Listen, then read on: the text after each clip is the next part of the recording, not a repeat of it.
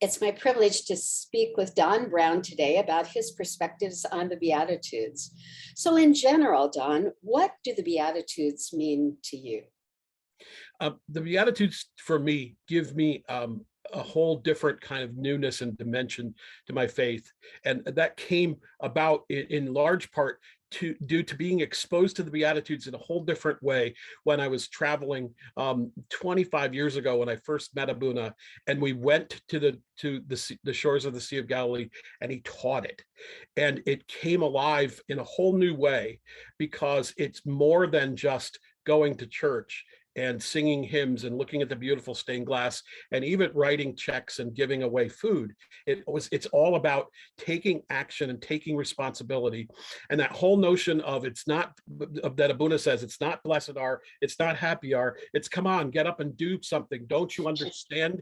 These people need our help. And we need to understand that they're an example for us of who we're supposed to be as children, as children of God and siblings in faith. Beautiful. So related to that, then in your own personal life, how are you guided by them as a Christian? Lucy, I think that what the way that they guide me is that dimension thing, but what it does is it becomes instructive and it becomes a reminder to me. When I can hear those words ringing in my head, it reminds me that I need to be about helping others and about seeking justice and doing kindness every single day, not just on Sunday and not just randomly, but incorporated into every part of my life. And that's translated into all kinds of ways, most recently in helping to create a freedom school in Allentown where there wasn't one, for those least advantaged children to be able to get what they deserve and to get the start that they deserve. So it informs all kinds of ways in all kinds of different places in my faith journey. It's the constant that keeps me sort of on track and moving forward. That's fantastic. Well, you've kind of alluded to this, but how do we carry the Beatitudes into the world, into today's world? Well, I think we remember that if we don't do it, who's gonna do it?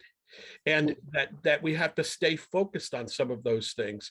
And that becomes hard because maybe when we speak the truth, it doesn't land on ears nicely. And it might affect in my case as a pastor, it might affect the position that I have in the church. And so it reminds me that I need to put my faith in front of everything else, and then have hope and trust that once that message is heard and digested with the help of God, that the change will actually come.